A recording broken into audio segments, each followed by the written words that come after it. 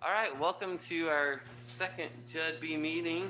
I think I'm supposed to, according to this note that's been posted here for me, remind committee members the meeting is being live streamed via legislative website, and some members have the option of joining in via Zoom. I assume if anybody's out there, they need to let Miss Travels know so that we can include them in any discussion, amendment discussion, those sorts of things.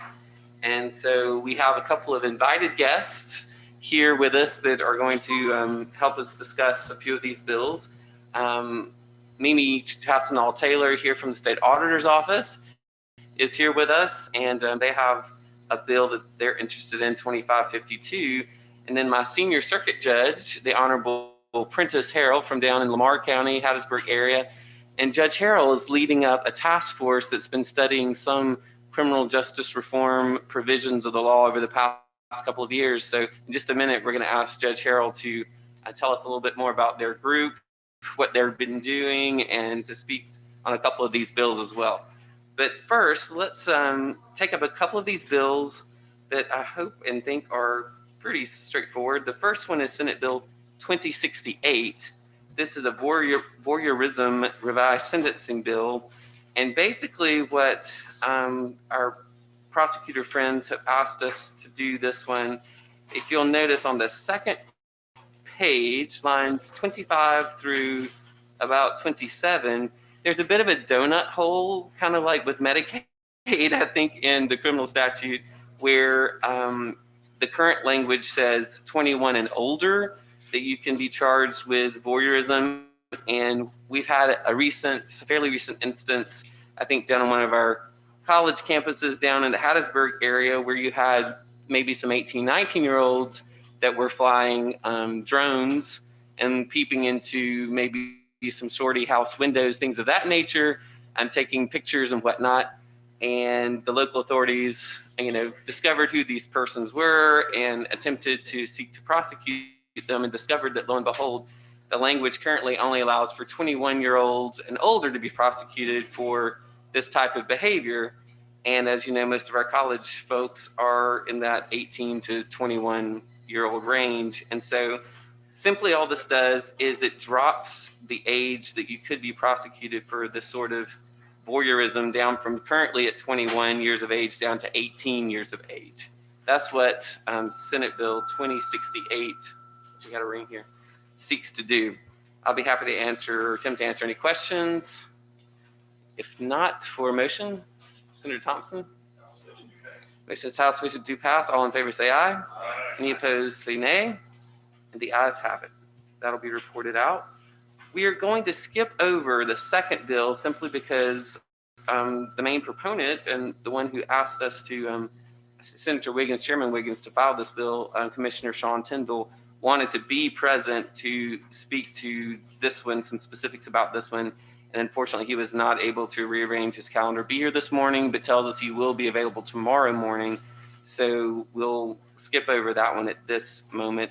Let's go down now to all the way to the bottom, and we're going to call on Senator Sparks, Senate Bill 2561. I think he's got a really good, interesting bill here, and I'm going to turn it over to him for the explanation of 2561. Thank you, Mr. Chairman.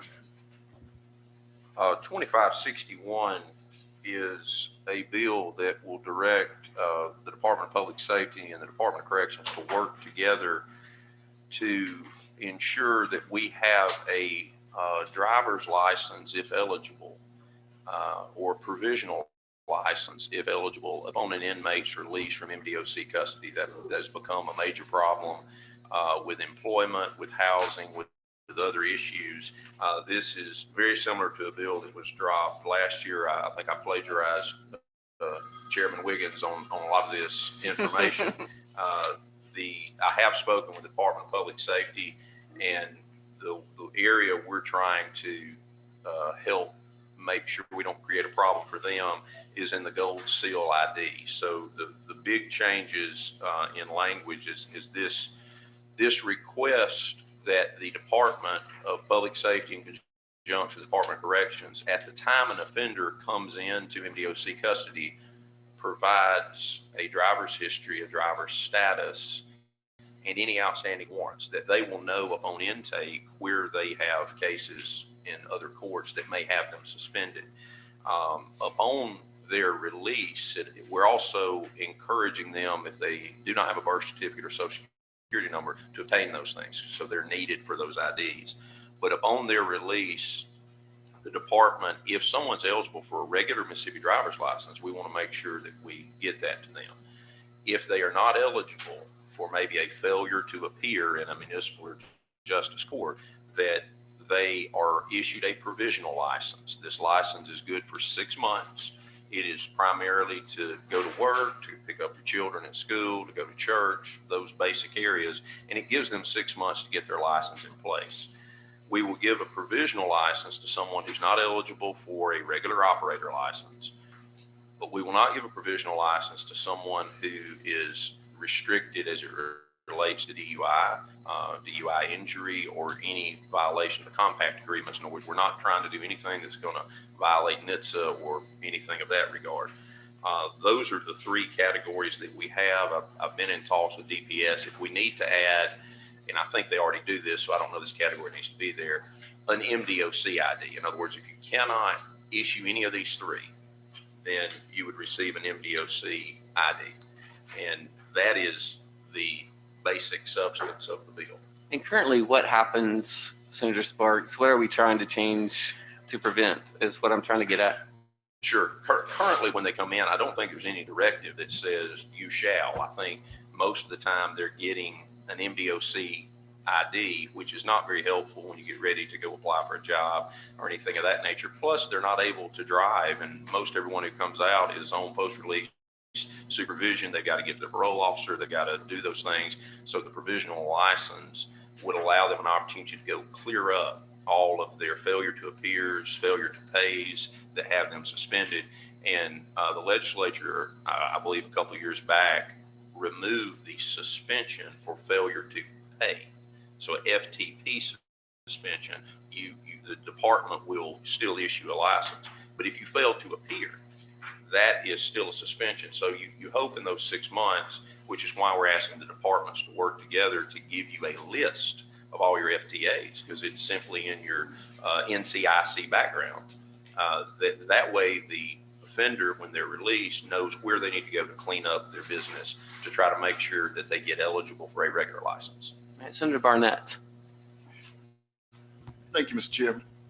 Is this mic on? I think so. If not, I think y'all could hear me pretty good anyway. I would just like to speak on the bill that Senator Sparks is working on. This bill in particular, and I think it's important. And the reason why you see this language in a standalone bill is because, you know, over the last couple of years, there's been legislation that has been introduced in both the House and the Senate. As a matter of fact, that has made its way to the governor's desk only to be vetoed. So we decided to make this a standalone bill because we understand that this is important. And in the event a bill is vetoed farther along, we don't have to risk individuals being released from jail and not have the opportunity to go to work or these type of things. And we realized that a lot of individuals release to family members that may not have the time to transport them to where they need to be, but have a vehicle that they can use. And these individuals could be doing exactly what they promised that they would do, and that is get out of jail and go and find employment. But, you know, let's face it, they may be working 11 to 7 shifts, and they run into a roadblock. And now this individual, because they're driving with no driver's license, anything like that, and they're convicted felon, they find themselves right back where they started from. So that creates another problem for that individual. So I'm just saying that I support him in this and asking the other members of the committee to understand how important this is to help those individuals that we have been trying to help for some years to come. So thank you again, Mr. President. Thank you, Senator Sparks, for this work on this bill. Thank you. Mr. Chair.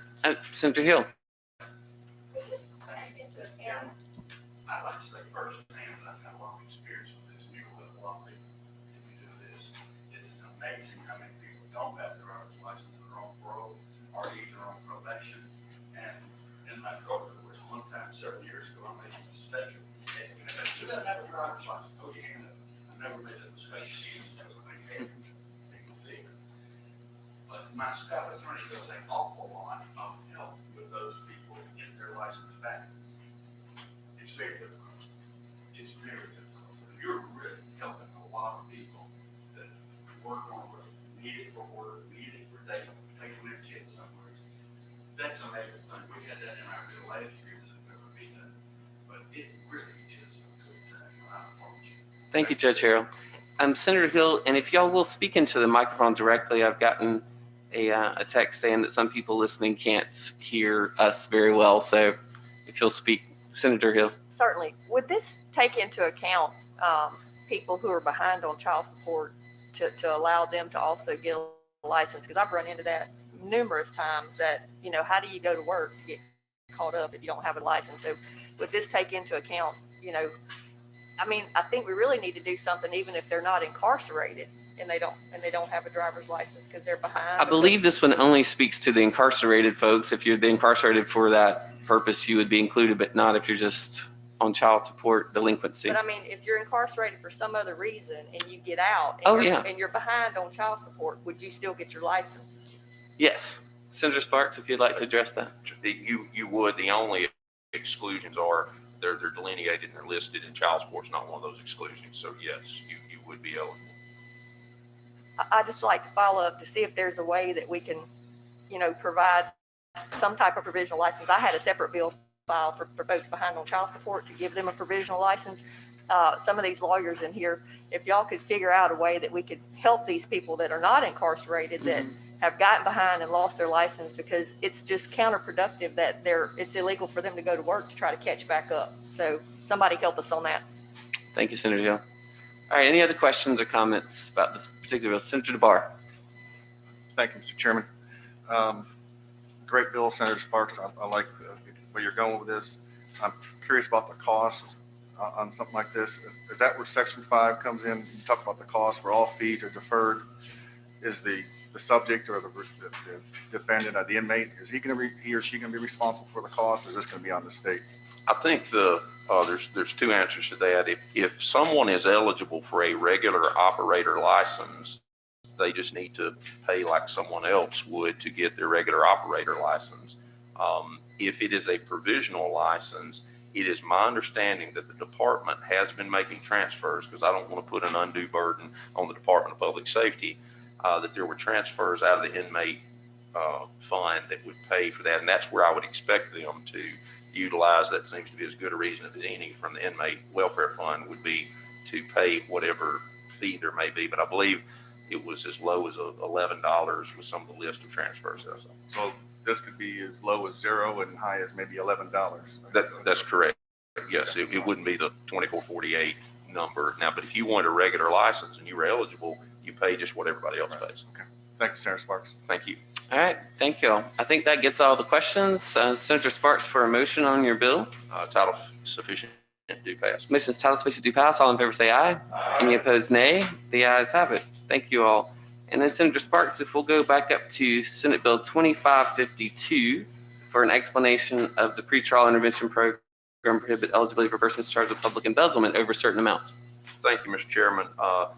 This is a bill that addresses crimes that can be put into the pretrial diversion program. Many of you may be aware we have pretrial diversion programs that are set up that you do not enter a plea. You actually enter into a pretrial diversion agreement on certain crimes, primarily low-level drug crimes, property crimes, potentially things of that nature, but not crimes of violence. But oddly enough, and this was brought to my attention by the state auditor's office, non-adjudication is kind of the next step up in the criminal process, that you actually have to enter a plea of guilty. The state then withholds that plea. Well, the crime of embezzlement of public funds is forbidden for non-adjudication, but was not forbidden for pretrial diversion. So the state auditor's office goes out, does their work, or any other law enforcement agency, and recognizes that someone has embezzled public funds, and then there's a entrance into a pretrial diversion program. There's no record of a plea. Those things are expunged at the end. So somebody who was in a public office who embezzled public funds, there's absolutely no record, and that person very well could end up back into the public. jobs. So the state auditor's office has asked, and that's what the bill does in Section C, is that it includes the crime of fraud or embezzlement committed in a public office. So we're talking about public funds, public office, pursuant to Section 971131. And they did put a caveat in there that's triggered at $10,000. So if it's under $10,000, you may still go through the pretrial program. I will answer any questions as it relates to that. I do have an amendment. There was one other code section that the state auditor's office wanted to include. Could you go ahead and explain the amendment, please? The amendment would add code section 97711 along with 971131, which 97711 is fraudulently obtaining public funds. So embezzlement by me just actually taking the money, and 97711 by me fraudulently obtaining it through some act or omission. But both of those would have the $10,000 trigger. But if you embezzled or fraudulently obtained public monies in excess of $10,000, you would not be eligible for pretrial diversion. And I'll take any questions, Mr. Chairman. All right, and Ms. Taylor from the state auditor's office is here. Would you like to speak to this? Only if they have any specific questions. I think Senator Sparks has been in contact with our office and mainly all of them. And it's my understanding that this has happened before. This is not just a theoretical. Yes, that is correct. If you'll come forward and speak to one of these microphones, please, and tell us kind of not the specifics, but whether or not this has happened before in real life. Sure. You just grab that microphone right there. So there was a gentleman that was a principal in the Mississippi Delta. It's actually the Hollandale School District, and several years ago was convicted of embezzling funds where he was using the school funds, taking from the children, the taxpayers, to go purchase equipment, TVs, computers and such, and ended up, it was for his personal use. And so he was convicted of that, but was able to, have that wiped from his record because there's no current statute for that. And so he was able to go then run for superintendent in another part of the state. And so currently there's a lot going on with that as well, but that's what we're just trying to keep that from happening again. So this is a real life situation, not just theoretical. Because I know sometimes we deal in what ifs and theories here, and that's okay. But other times, I think as a legislator, it's more important or more impactful maybe if you know this is actually going on in the real world. So we have a situation. I think Senator Hill had a question. No, Senator Wiggins, did you seek recognition? Okay. Anybody else? All right. Thank you, Ms. Taylor. We appreciate you. All right, Senator Sparks, do we need to adopt the amendment first? All right, you've heard the explanation of the amendment of 97-711. All in favor of the amendment, say aye. Aye. Any opposed, nay. The ayes have it. And now for a motion. Title sufficient to pass as amended. Committee sub. Committee sub. You've heard the motion. All in favor, say aye. Aye. Any opposed, nay. The ayes have it. Thank you both very, very much for that. So that will be reported out. Now, the next two bills, we're going to just discuss today, 2556 and 2560. And I'm going to ask our circuit judge from down my way he's looked at both of these to give us the judicial perspective on these. But first, I think we'd do well to allow Senator Sparks, if he would, to explain so we know what we're talking about. Let's start first with 2556. Thank you, Mr. Chairman. 2556 addresses the habitual laws in the state of Mississippi. People refer to these commonly as big or little habitual, 81, 83 habitual, which are synonymous. It's just simply the code section as you see 99, 1981. As the law is currently today, if I've had two prior convictions of a felony of which I've been sentenced to a year or more in the Department of Public Safety, if both of those crimes were nonviolent and I receive a new felony, I can be sentenced habitual. A couple of years ago, the legislature gave the judges authority to deviate from the maximum sentence. The law did read that you had to serve the maximum sentence day for day without the possibility of parole. Now the judge can give less than the maximum sentence on a nonviolent habitual, but they have to state in writing why they're doing that. What the language of this bill would do is there's a 15-year look back period. That if I have a felony today, the triggering event, the current felony, we're going to look back 15 years.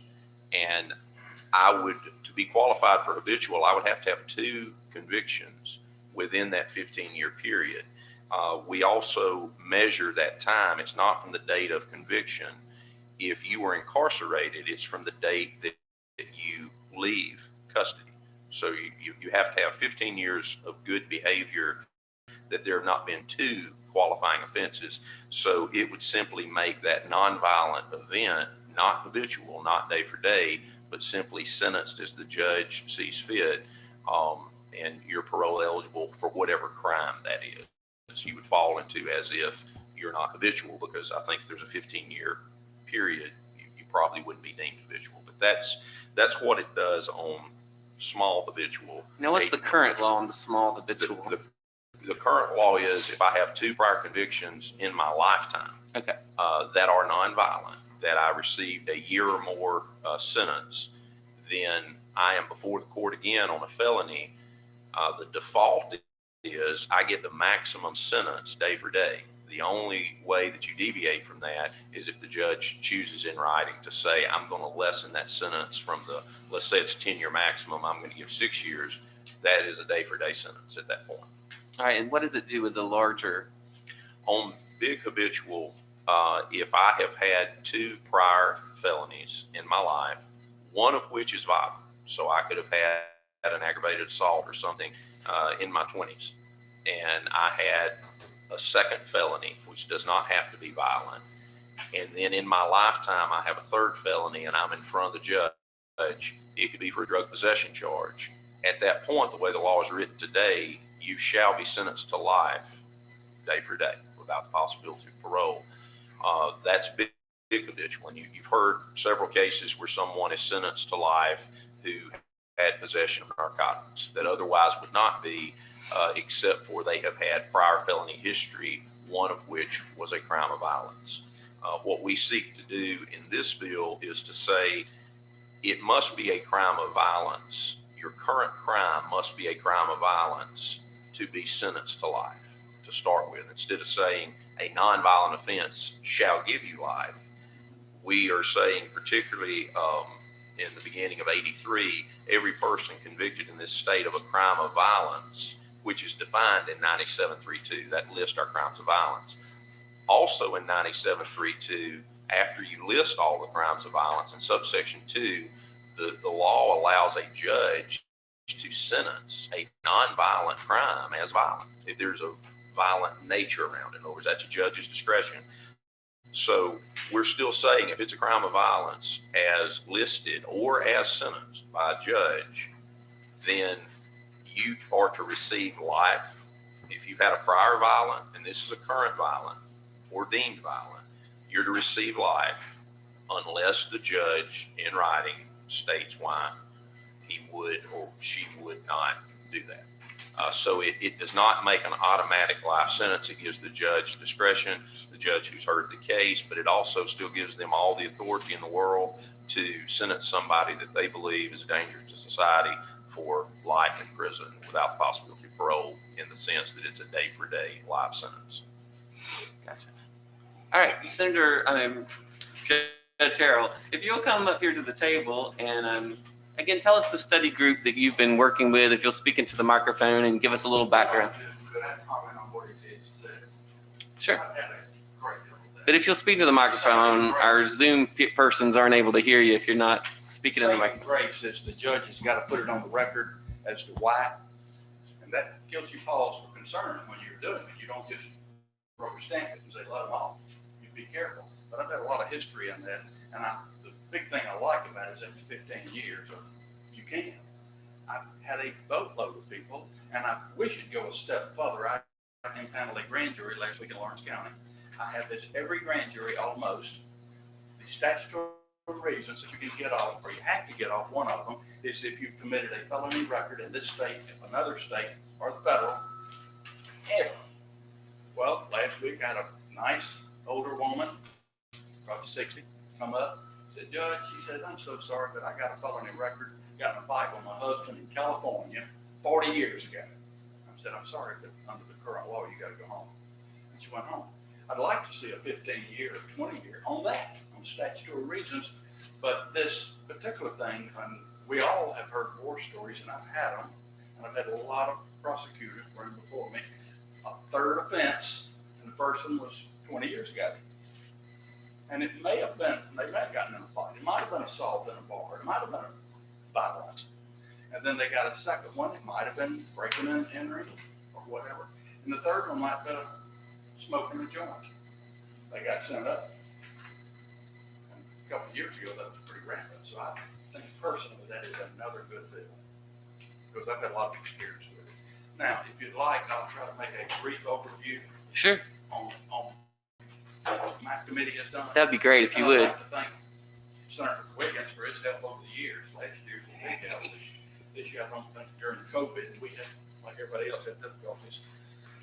You've got a new commissioner in town, and he's a breath of fresh air to me. He's enthusiastic. He cares. He has a mission. He's older than I am. He's high energy. I know all about what he did at Angola, and I applaud what he did in Angola. And I must say that we're plagiarizing. As somebody said a while ago, you said you plagiarized.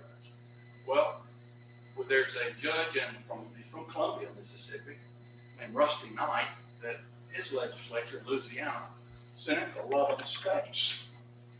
Y'all send me 11 states. To investigate what others have done on this reentry program, because it is in a lot of states. I've read about a lot of them. Louisiana has done an excellent job, and he came to us at no pay, no nothing, volunteer. And he's been to, I think, 4 of our meetings to give us a lot of information. And I personally have gotten the Louisiana statute, and this statute pretty much mirrors it in many ways. Not exactly, but it is mirrored. We didn't want to reinvent the wheel. But I was so impressed with what Commissioner Kane and his Chief Deputy, Gary Young, has done. He's got 3 prongs over there. He does believe strongly in VOTEC, and so do I. In my drug court, I've got 250 round figures on an average basis. Pearl River Junior College has been a great assistance to us. And if you're in a drug court and you're a minimum wage worker, you will go on a trade or and you'll have to get a GED and etc. That's just a requirement in the 3 years. And it's meaningful. They've got and I don't want to get off, I don't want to take too long, but I got to throw in a few points. For the minimum wage, sent him to 1 day forklift driving under OSHA standards, and increased his pay $8 an hour. Now that's meaningful. It really is. So he is a big believer in VOTEC training, and his was a little different from the model that I envisioned. And that's why this reentry is like this. On short term, 2-3 years. While you're up there, you learn a trade, you get a GED, and if you don't, you get put back in general population. And I talked to him at first, but I'm going to get ahead of myself. I was thankful to Rusty.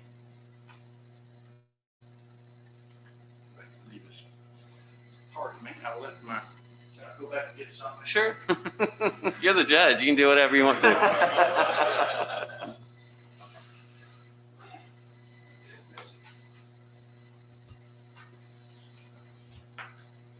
Rusty Knight, and I applaud him for his willingness to help us.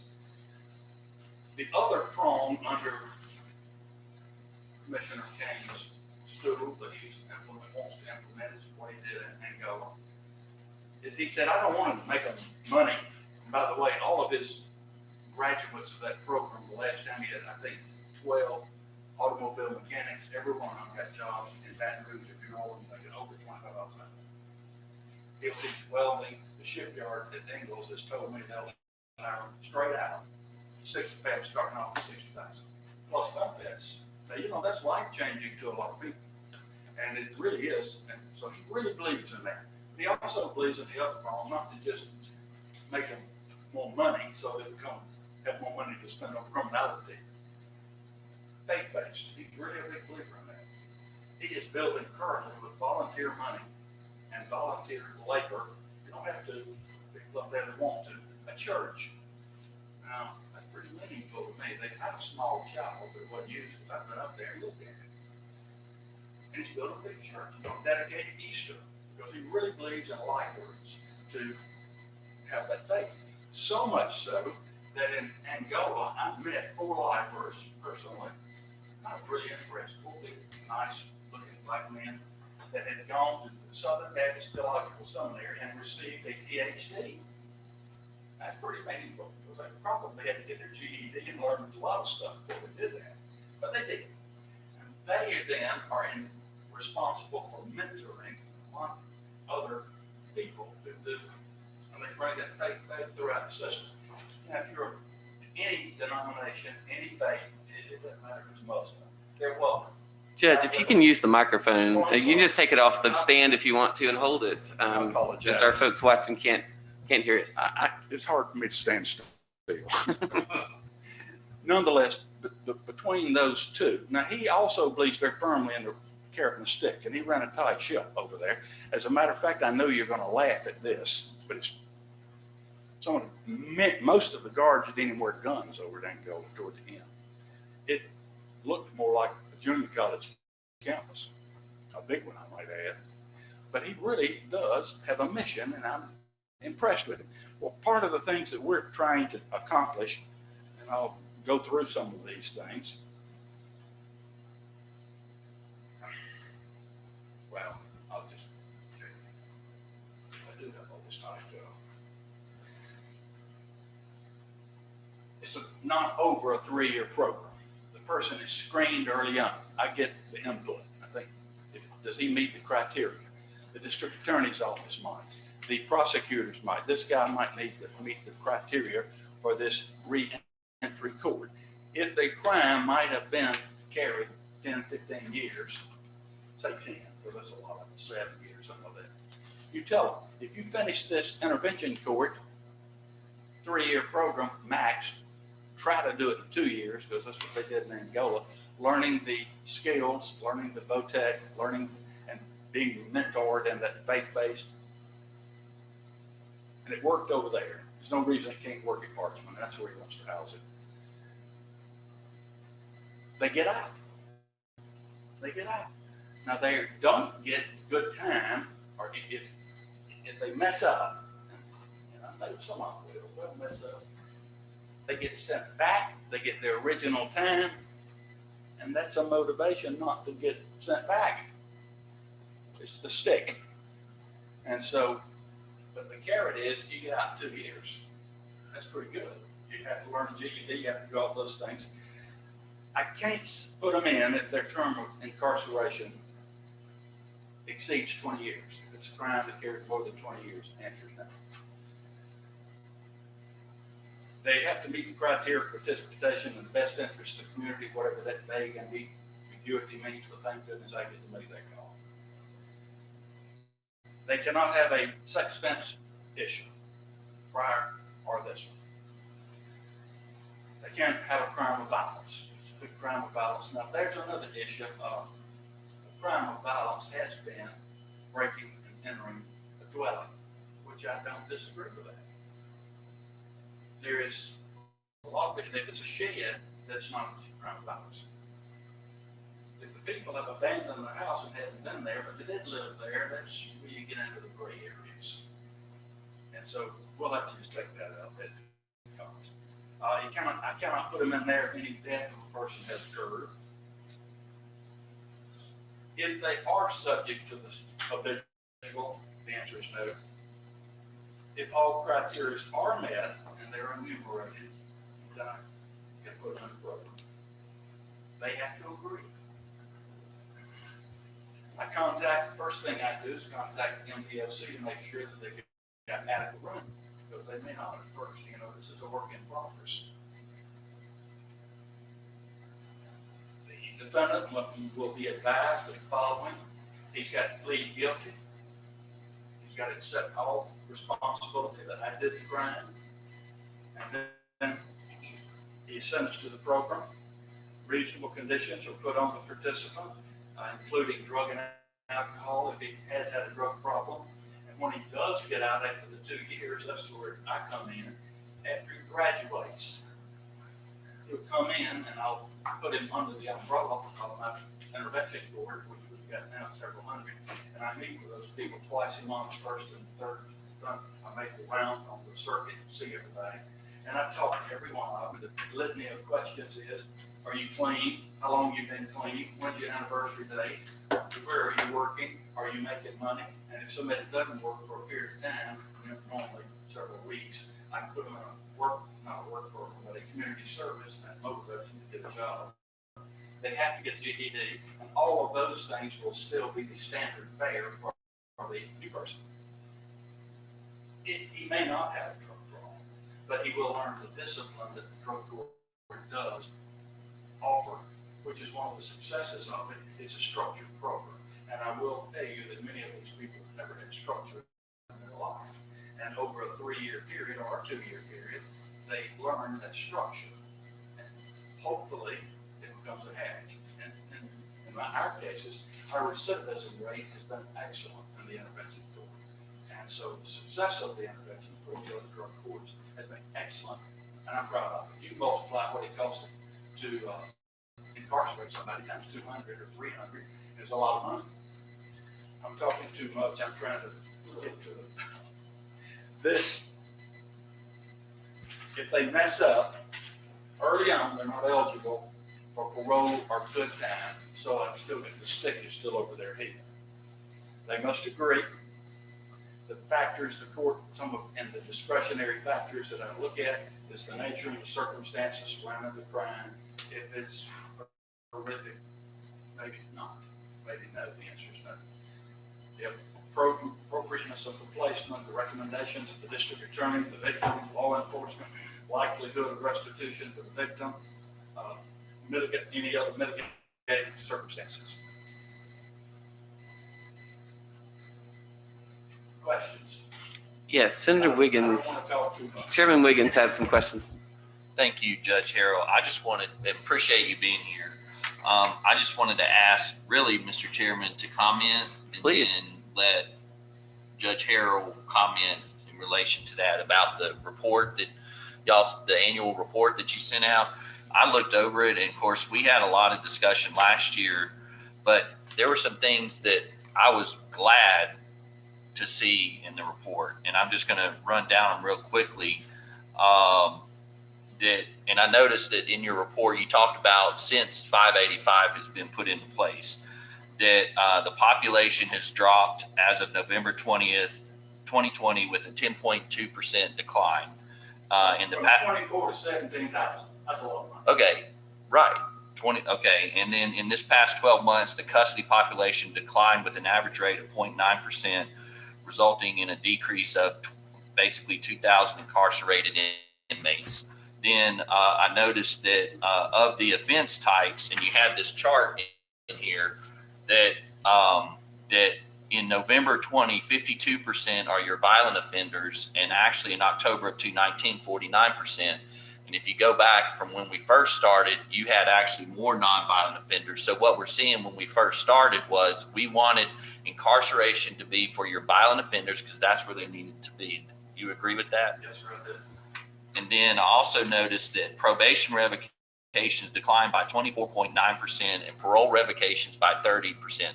And that came as a shock to me because the last information I had 2 years ago was that revocations were driving us back up. So what, in my opinion, what that tells me is that the judges are starting to follow the law and the law is working. And you don't have to say that. No, I will say that because you and I've talked about that. And one thing that I noticed in the chart, y'all had it broken down by drug, nonviolent, sex, violent, and about the percent time served. And what I found was really interesting was consistently your sex offenders were spending 92.2% or 95%. Your violent offenders were 63%. Your nonviolent were 44 and 40%. And consistently, so in terms of rankings of offenses, we're actually seeing that take place. Your sex offenders who nobody wants out and all that. Would you agree? Yes, sir, but can I speak? Sure. Just briefly today? We had a unanimous all 15 people. In the past, we always had been unanimous, it was carried. But this was unanimous, but we tried to keep it simple and stick to just reentry. And I never did say that we're not asking for none of this. We're only going to set up 3 pilot programs. 15th district, which is mine, the first district, which is up north, Mississippi, which has got 7 counties, it's a big county. And this city of Jackson, because they have so much. And we're going to try it for 2 to 3 years. We're going to get the best practices.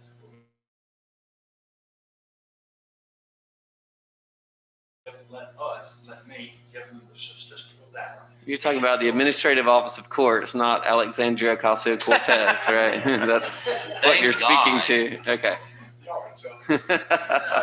Anyway, then after the statistical data, if it does prove what we believe it absolutely will, then we're gonna come back and ask for a little money. But right now, no money. But then I don't think we're gonna ask for a lot, because the commissioner's doing it through his deal. And I will say that since the Mississippi Department of Corrections and the Oversight Committee, that I'm proud, so honored to be on it, is that it is one of the 24,000 to 17,000. That's a lot of money. I didn't know, I think it was 24 million to 17 million maybe. Nonetheless, during that period of time, and I probably shouldn't say this, but I used to say this a lot. Most of us go to church. Mississippi was, when we had 24,000 people, which was second in the nation, second only to Louisiana in incarceration per capita. We're also the most church. Thank you, something wrong with that picture. Something wrong with that picture. We didn't do what we should have done, Parchment, as far as trying to get them in tax rates. Commissioner is not involved in that. But one of the things I do like is we're not asking for money. We're going to try a pilot for 3 years. And we'll go back to you on success or non-success. Personally, I'm very optimistic about it. Extremely optimistic. Thank you. I didn't mean to interrupt. No, thank you, Judge. And Mr. Chairman, I just want to say thank you. And I would encourage, if I could, the members to read this report.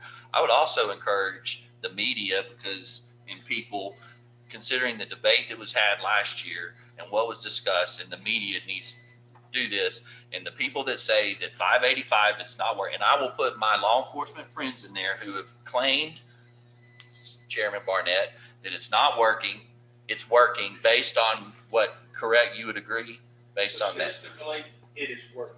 Okay. In addition to And there's been no increase, I'm sorry, there's been no increase in crime. Okay. Thank you. And if we could get, Ms. Charles, if we could get a copy of this report. I know I received one. I'm not sure if everyone else did. So I think it'd be helpful if we could get a copy of the report for all the committee members, because I think it's got some really good information. Senator Wiggins, were you finished? Yes. Okay. Others? I've got some reports I'll give to you and then copy. That'd be great. Other questions? All right. Judge, as always, thank you so much for your help and taking time out of your busy schedule to be here. I understand you're also going to be with our corrections committee, I think, later today as well, with Chairman Barnett. And may I be excused? You may be excused. Yes, sir. Thank you so much. Thank you all. All right. And Senator Sparks, if we could go back to Senate Bill 2560 and let you give a brief explanation of that one for discussion purposes as well. Yes, Mr. Chairman, thank you. 2560 addresses 631130, which is the statute that deals with driving under the influence. The only thing that this bill does in this statute is allow for an expungement of a first offense, only a first offense, after 10 years under certain circumstances. The law currently today allows for expungement after 5 years of a completed sentence of a conviction if you took the test and blew under a certain limit.